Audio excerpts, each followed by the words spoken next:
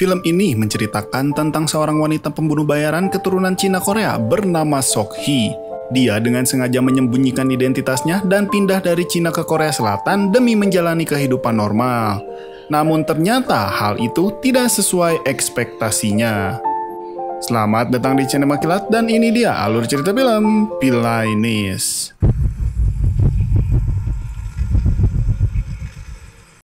Film ini diawali dengan memperlihatkan aksi baku hantam brutalan epik yang sedang terjadi di markas para gangster.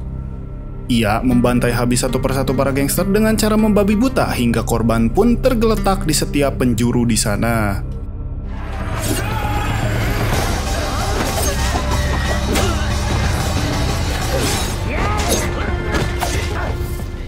Dan dia adalah seorang pembunuh bayaran wanita cantik nan rupawan bernama Sok Hee.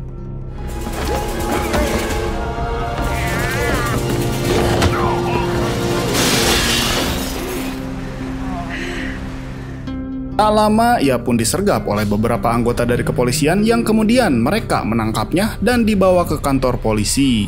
Saat sadar, Sok Hee mendapati dirinya tengah berada di dalam ruangan hitam putih dan tak lama kemudian ia pun dibuat pingsan dengan gas yang keluar dari lubang ventilasi pada ruangan tersebut.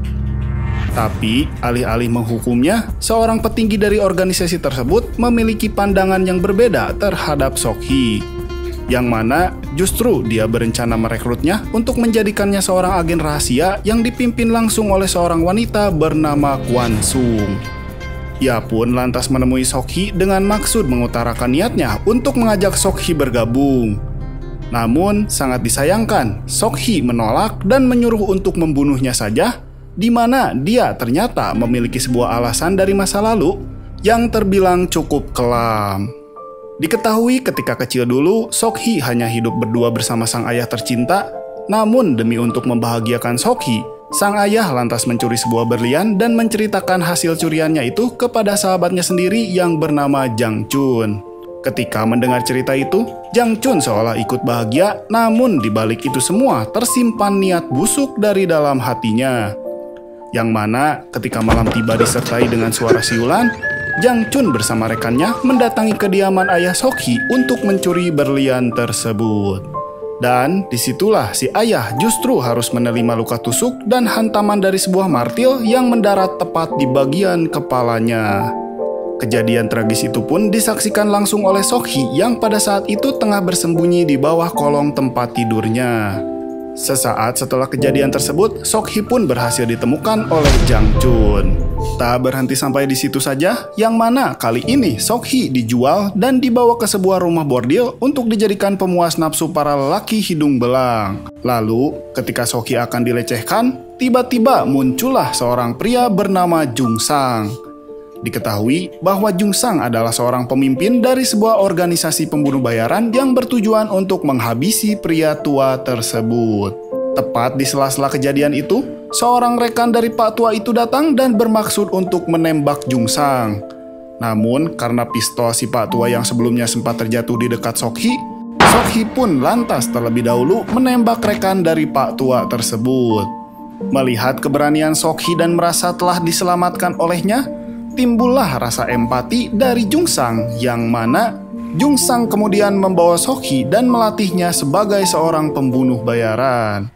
Namun, latihan yang diberikan jelaslah terbilang cukup ekstrim. Sok Hee yang saat ini masih sangat belia dihadapkan dengan seorang pria dewasa sebagai lawannya. Dia bertujuan untuk menyelesaikan tantangan dalam merakit sebuah senjata api, dan masing-masing dari mereka dibekali oleh satu buah peluru untuk menghabisi lawannya bagi mereka yang lebih dulu menyelesaikan tantangan.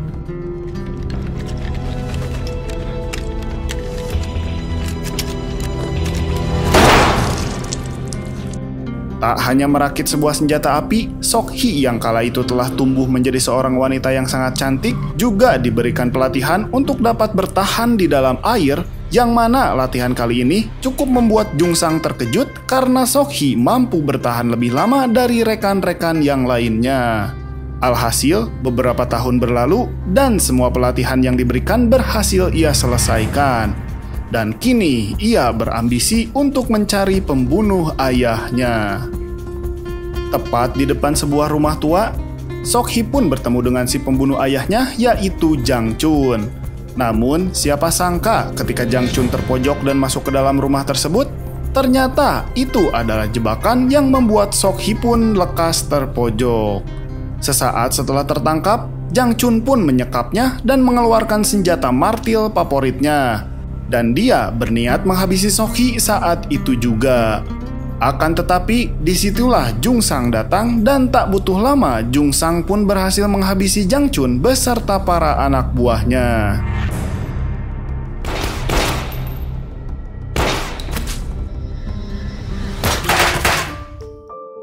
Semenjak kejadian itu, kedekatan mereka berdua pun semakin mesra, yang mana akhirnya mereka pun memutuskan untuk menikah. Namun, kebahagiaan Sok Hee berbuntut pada kesedihan di mana Jung Sang dinyatakan tewas dengan kondisi wajah yang mengenaskan. Menurut pengakuan dari ajudan Jung Sang, bahwa kematian bosnya itu karena telah mendatangi markas pembunuh ayah Sok Hee, di mana kala itu tanpa sepengetahuan Sok Hee, Jung Sang diam-diam bertekad untuk membantu Sok Hee demi membalaskan dendam atas kematian ayahnya. Sok Hee yang mendengar hal tersebut tentunya tak kuasa menahan tangisnya karena bagi Sok Hee, Jung Sang adalah satu-satunya orang yang mencintai dan mengerti tentang dirinya. Sampai akhirnya kemurkaan Sok Hee pun tak dapat dibendung, di mana ia mendatangi markas para gangster seorang diri untuk kemudian ia membantai habis satu persatu para gangster yang berada di markas tersebut. Dan kejadian itu merupakan adegan yang ada di awal scene sebelumnya. Dan disinilah ia sekarang berada di hadapan Gun Seok. Lalu ketika Sok Hee tak lagi menginginkan untuk hidup, disitulah Gun Seok mengatakan kabar yang cukup mengejutkan, bahwa ternyata Sok Hee saat ini tengah mengandung seorang anak dari mendiang suaminya. Mendengar fakta tersebut, sontak membuat Sok Hee terdiam memikirkan masa depan anaknya, yang kemudian dia menyetujui kontrak kerjasama dengan Badan Intelijen selama 10 tahun sebelum dia hidup normal seperti manusia pada umumnya. Singkat cerita, tibalah Sok Hee di dalam sebuah ruang pelatihan untuk menggali semua potensi yang ada pada dirinya. Hingga terlihat jelas bahwa ternyata Sok Hee sangat terampil dalam memerankan sebuah drama tunggal dengan penampilan yang semakin bertambah anggun. Namun, ketika ia sedang memainkan perannya, tiba-tiba air ketubannya pecah dan hal itu menandakan kelahiran seorang anak perempuan dari Sok Hee. Setelah beberapa bulan berlalu, kemampuan Sok Hee dalam bertarung semakin meningkat.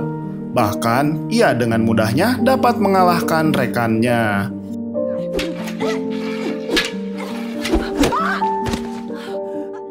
Sementara itu, beberapa anggota pengawas dari Badan Intelijen yang sedang memperhatikan Sok Hee dibuat terkesan dengan kemampuannya.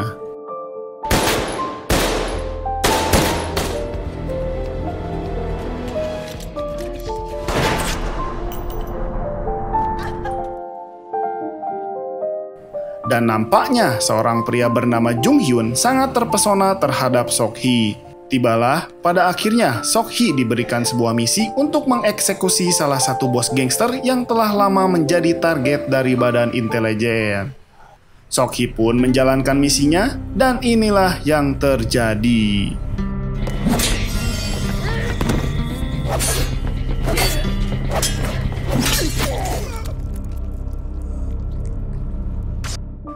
Atas keberhasilan misi tersebut, Sok Hee pun dibebaskan dari segala tuntutan.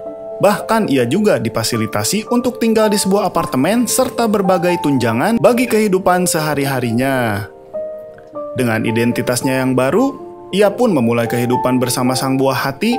Namun dikarenakan masa kontrak yang masih terjalin dengan Kwon Suk, Sok Hee pun terus diawasi lewat kamera CCTV. Bahkan Kwon Suk juga meminta kepada anggotanya yang bernama Jong Hyun untuk terus mengawasi Sok Hee. Jong Hyun pun lantas mendiami kamar yang bersebelahan. Dan karena dia menaruh rasa, maka ini menjadi sebuah kesempatan untuk terus bisa dekat dengan Sok Hee. Hingga akhirnya mereka pun berkenalan. Namun oleh karena pendekatan yang dilakukan oleh Jang Chun terbilang cukup barbar, Sok Hee pun lantas curiga dengan gelagat yang diperhatikan oleh Jong Hyun. Meskipun telah beberapa kali mendapatkan respon yang kurang menyenangkan, Namun Jong Hyun bukanlah seorang pria yang mudah menyerah terhadap ambisinya, di mana ketika malam tiba disertai guyuran hujan, Jong Hyun pun menunggu kepulangan Sok Hee. Pada akhirnya, dengan bermodalkan sebuah payung yang harganya hanya 30.000 saja, Jong Hyun pun berhasil membuat hati Sok Hee luluh pada saat itu juga. Tak lama, Kwon Suk pun menghubungi Sok Hee untuk menjalankan misi terbarunya, sehingga dia pun gagal untuk melakukan permantapan dengan Jong Hyun. Singkat cerita, tibalah Sok Hee di sebuah rumah bordil yang mana di tempat tersebut ia tidaklah sendirian, melainkan misi kali ini ia ditemani oleh rekan setimnya bernama Min Ju. Terlihat juga bahwa mereka berdua sedang menyamar menjadi wanita pemuas hasrat untuk dapat mengelabui kedua targetnya. Dan mereka berniat mengambil data penting yang tersimpan di ponselnya. Namun, pria tersebut menyadari akan tindakan yang dilakukan oleh Sok Hee untuk kemudian mereka pun meminta kembali data tersebut dengan menyandra rekan Sok Hee yaitu Min Ju. Merasa tak punya pilihan lain, Sok Hee pun lantas menunjukkan keganasannya dan menghabisi kedua pria tersebut. Tapi malangnya, Min Ju harus mengalami luka tusuk pada bagian lehernya yang membuat rekannya pun tewas di sana. Scene pun kemudian berpindah memperlihatkan kembali para anggota dari Badan Intelijen, di mana kali ini mereka menganalisis sebuah data yang telah didapatkan oleh Sok Hee. Dari data itu, mereka menemukan pelaku yang cukup berpengaruh di dunia kriminal, dan pelaku kali ini bekerja pada sebuah organisasi pembunuh bayaran. Tepat di hari pernikahan Sok Hee bersama Jong Hyun, Kwon Suk memberikan sebuah misi kepada Sok Hee untuk menembak mati seorang kepala dari organisasi pembunuh bayaran. Dan saat itu si target sudah dipancing untuk datang pada pernikahan Sok Hee. Sok Hee pun bergegas untuk menjalankan misinya. Namun ketika ia membidik sang target, alangkah terkejutnya Sok Hee bahwa ternyata target kali ini ialah mantan suaminya sendiri yang dianggap telah mati. Oleh karena itu, misi kali ini pun gagal untuk diselesaikan.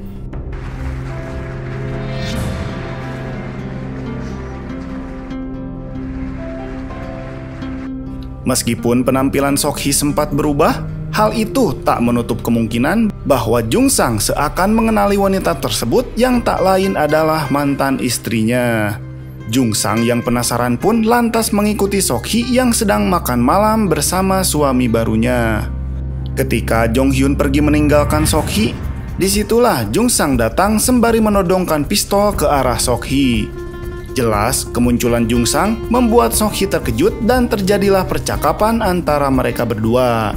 Dengan menahan kecewa yang begitu mendalam terhadap Jung Sang, Sok Hee pun menceritakan semua tentang apa yang ia rasakan, termasuk kesepian yang melanda tanpa kehadirannya. Setelah mengetahui bahwa Sok Hee adalah benar-benar mantan istrinya yang dulu, Jung Sang pun pergi meninggalkan Sok Hee yang kala itu tak kuasa menahan air matanya. Di sisi lain, seorang ajudan Jung Sang yang tengah membuntuti Jong Hyun, tanpa disengaja ia pun mendengar percakapan antara Jong Hyun dan Kwon Suk, yang untuk kemudian mereka pun merekam percakapan tersebut. Isi rekaman dari percakapan itu pun dikirim ke Sok Hee lewat sebuah bunga yang terselip nama Jung Sang, yang ketika Sok Hee mendengarnya, ia pun tak menyangka atas perbuatan Jung Hyun dan Kwon Suk kepadanya. Dan akhirnya, sebagai bentuk rasa kecewanya terhadap organisasi dari Badan Intelijen, Sok Hee pun membocorkan misi rahasia mereka kepada Jung Sang. Dan dia mengatakan bahwa akan ada seorang agen yang akan menangkapnya. Berdasarkan bocoran yang telah dilontarkan oleh Sok Hee, para anak buah Jung Sang pun berhasil menangkap agen tersebut untuk kemudian ia pun membawa kepada Jung Sang. Oleh karena pengkhianatan yang dilakukan oleh Sok Hee, Kwon Suk pun lantas menangkapnya untuk menyelidiki hingga dia pun mengetahui bahwa Jung Sang adalah mantan suami Sok Hee. Sok Hee yang merasa telah dimanfaatkan pun kemudian meluapkan kekesalannya atas kebohongan yang telah mereka lakukan. Namun, Kwon Suk membantah dan mengatakan bahwa Jong Hyun benar-benar tulus mencintai Sok Hee. Untuk itu, mereka berencana melakukan pertukaran dengan Jungsang, yang mana Kwansuk akan menyerahkan Sok-hee kepada Jungsang demi untuk menyelamatkan Kim Sun yang tengah disandra mantan suaminya. Sementara itu, Jong Hyun pun diminta untuk menjaga sang buah hati di rumahnya. Lalu di tengah-tengah perjalanan, seorang pengendara motor dengan sengaja menabrakkan kendaraannya yang membuat Kwansuk terpaksa berhenti. Lalu, tanpa mereka sadari, ternyata orang itu adalah Jungsang. Sementara Kwansuk berhasil melarikan diri dengan luka tembak di bagian bahu kanannya. Sok-hee yang merasa telah diselamatkan oleh Jungsang tampak sangat senang untuk kemudian ia pun pergi karena mengkhawatirkan keselamatan anaknya. Lalu, tepat di depan apartemen di mana Sok-hee tinggal, tiba-tiba inilah yang terjadi.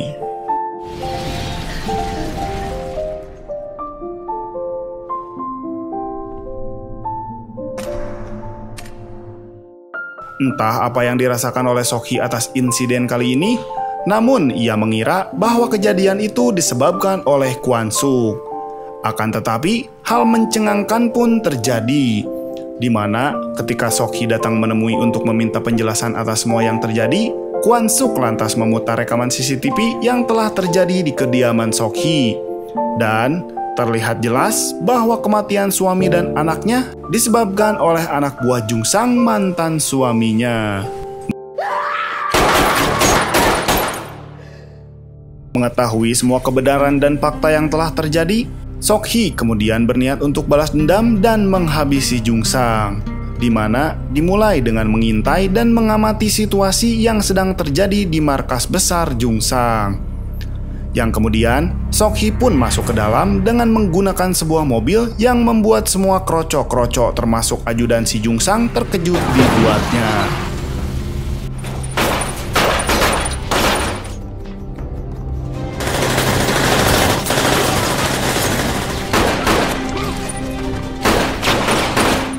Tibalah akhirnya Sok-hee bertemu dengan Jungsang yang telah menunggunya. Untuk kemudian Jungsang mengeluarkan sebuah senjata tajam yang menjadi kebanggaannya. Dengan segala bentuk kehormatan pun, Sok-hee mengeluarkan 2 buah pisau untuk menghabisi mantan suaminya yang telah menghabisi anaknya sendiri.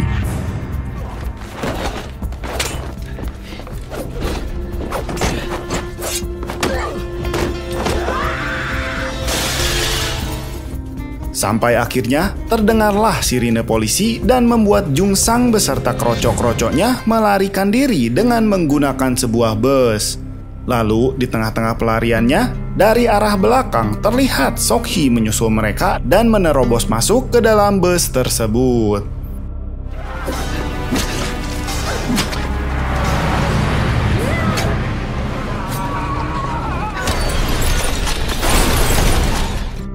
Setelah insiden tersebut, Sok-hee pun segera menghampiri Jungsang yang tak lagi berdaya.